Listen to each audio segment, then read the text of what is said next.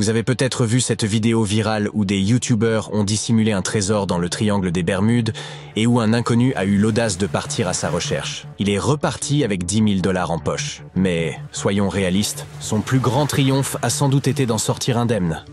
Cette zone maritime périlleuse, située entre la Floride, Porto Rico et les Bermudes, est tristement célèbre pour ses événements mystérieux et inexpliqués. On raconte que plus de 50 navires et une vingtaine d'avions s'y sont volatilisés sans laisser de traces. Cela a donné naissance à de nombreuses théories selon lesquelles cette région serait connectée à des forces mystiques ou à des vortex capables d'entraîner les objets vers d'autres dimensions. Cependant, un scientifique australien du nom de Karl Kruszelnicki pourrait bien avoir élucidé le mystère du triangle des Bermudes. D'après lui, la majorité des légendes et de ces disparitions troublantes peuvent être attribuées à deux causes principales. Le premier facteur mis en avant est l'erreur humaine. Une des théories réfutées par Kruszelnicki concerne le vol tragique de l'escadrille 19. En 1945, 5 avions de la marine américaine ont décollé pour une mission d'entraînement de routine en Floride. Tout semblait se dérouler sans accroc, jusqu'à ce qu'après 90 minutes, le commandant de l'escadron signale qu'ils étaient perdus. Puis, soudainement, pouf, ils ont simplement disparu.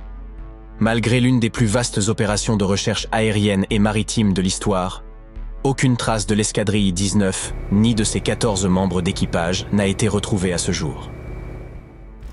Ce qui continue de susciter l'étonnement à propos de cet incident, c'est que les conditions météorologiques lors du départ étaient particulièrement favorables. Une journée relativement chaude, des nuages légers et cotonneux parsemant le ciel, et une brise venant du sud-ouest. Rien qui ne sorte de l'ordinaire pour une mission d'entraînement. Alors, qu'est-il vraiment arrivé? Il s'avère que, bien que le chef d'escadrille ait accumulé plus de 2000 heures de vol, il était un assez piètre pilote. À vrai dire, un pilote vraiment médiocre. D'après Kruszelnicki, le commandant était si mauvais en navigation qu'il s'était déjà égaré en mer à au moins 2 reprises avant l'épisode de l'escadrille 19. Ce jour fatidique, il avait même tenté de trouver quelqu'un pour le remplacer. Sans succès, ce qui s'est malheureusement avéré tragique pour tout son escadron. Après avoir mené à bien leur exercice de vol, les 2 boussoles de bord ont subitement cessé de fonctionner. Sur la fréquence radio de la patrouille, sa voix angoissée affirmait qu'ils survolèrent des terres. Plus précisément, il était persuadé de se trouver au-dessus des quais de Floride. Pourtant, cela défiait toute logique.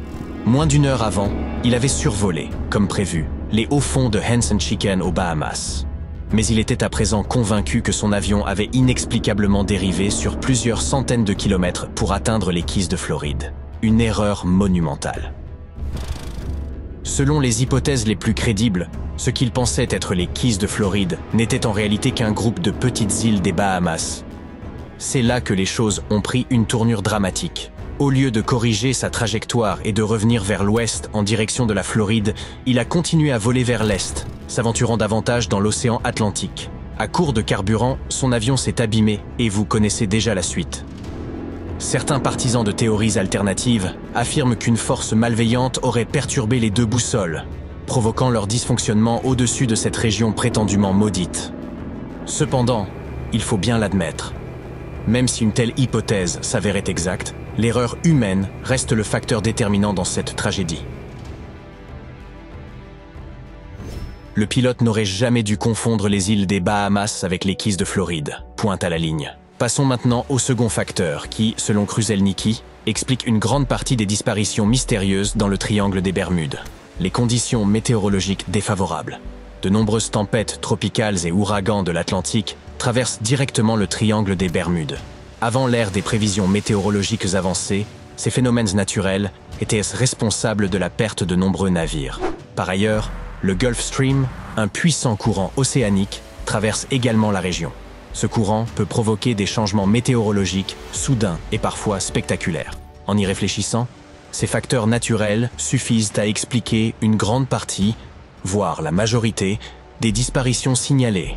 Prenons l'exemple de l'USS Cyclops. En 1918, ce cargo imposant de 150 mètres et transportant environ 11 000 tonnes de manganèse a disparu sans laisser de traces. Il effectuait une traversée entre les Antilles et Baltimore avec 309 personnes à bord. Ce qui rend cette disparition encore plus troublante, c'est qu'aucun signal de détresse n'a été émis. Plus de 100 ans après les faits, le mystère reste entier. Aucune épave n'a jamais été retrouvée. Évidemment, cette disparition a donné lieu à toutes sortes de théories. L'une des hypothèses les plus répandues était qu'il aurait été pris dans une tempête soudaine et violente. Avec son lourd chargement de manganèse, le navire aurait pu chavirer et couler en un temps record. D'autres spéculent sur des phénomènes sous-marins, tels que des glissements de terrain ou une vague scélérate. Quand on y pense, cette hypothèse n'est pas si farfelue. D'après Kruszelnicki, le triangle des Bermudes n'est pas seulement une zone sujette aux intempéries. Il illustre également la puissance brute de l'océan. Le fond marin y atteint des profondeurs impressionnantes, près de 9000 mètres, soit l'équivalent inversé du mont Everest. Une telle profondeur rend l'océan particulièrement apte à dissimuler des objets, transformant cette région en un lieu idéal pour des disparitions mystérieuses de navires et d'avions. Notre expert indique qu'il existe une très faible probabilité que des phénomènes encore plus inhabituels se produisent sous les vagues du triangle des Bermudes, en lien avec l'hydrate de méthane. Ce terme désigne un composé semblable à de la glace qui se forme sous l'eau ou dans des environnements très froids, avec du méthane gazeux piégé à l'intérieur. Parfois, ces structures peuvent se désagréger, libérant des bulles à la surface.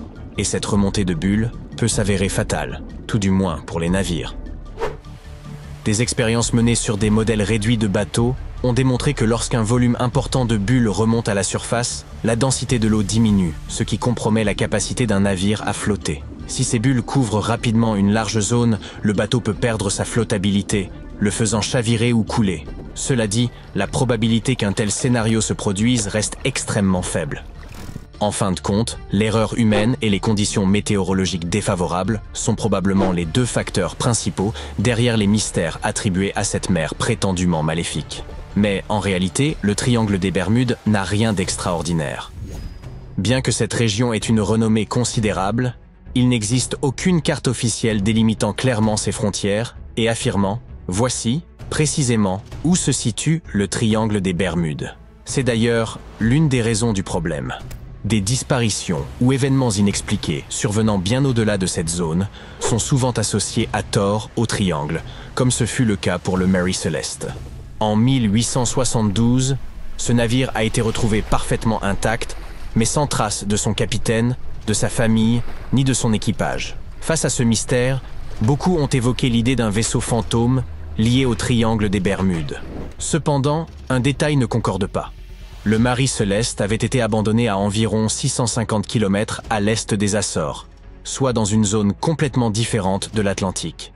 À ce stade, le fameux triangle s'est transformé en trapèze pour inclure une immense portion de l'Atlantique Nord.